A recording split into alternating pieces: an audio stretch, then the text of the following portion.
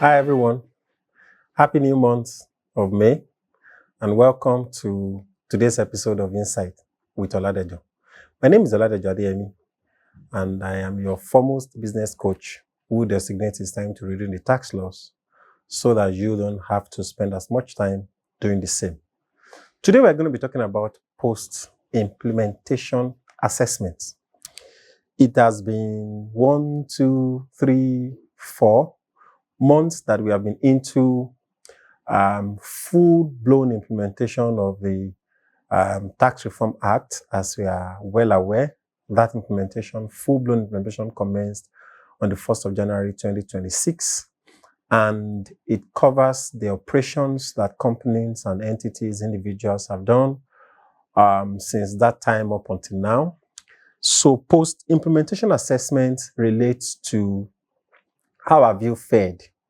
Are there provisions in the law that you are not even aware of yet? I doubt that will be the case, though, if you have been following this channel and you've subscribed and you've gotten notification for all of the new videos that we've released since the commencement of this channel, which actually doubles with the commencement or the ascension of the president's signature to the tax laws. So if that is the case, chances that you will not know what you're supposed to do or you're not aware of certain provisions, the chances would be remote. But peradventure, you are in that situation. What you should be doing now is assessing how you have fared in terms of the past 4 months. What are the provisions that place obligation on you and you have not fulfilled?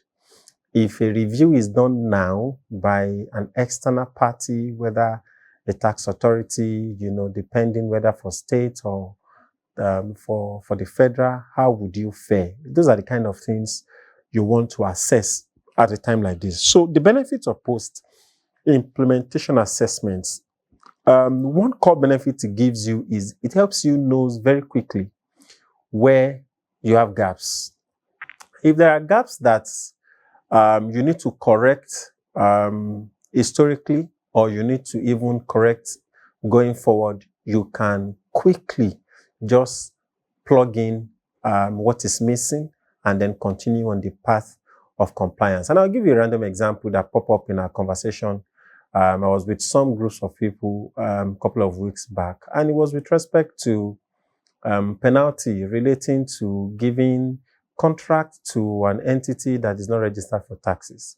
At that particular meeting, those business owners weren't even aware that the penalty could be as high as 5 million on one transaction. So where that has been your case and you have not quite done anything about your procurement processes, how vendors are sourced, you may be open to that risk. And that's an example of a benefit that would come up for you when you talk about post-implementation assessment. Another major benefit that we have that could accrue to you is with respect to incentive, anything that is due to you. There are reliefs that these new tax laws have opened up, whether it's in terms of impute VAT claim, or it's in terms of even your income taxes deduction, and the likes, that you have not quite positioned yourself to benefiting from in the past 4 months. This is the time to have that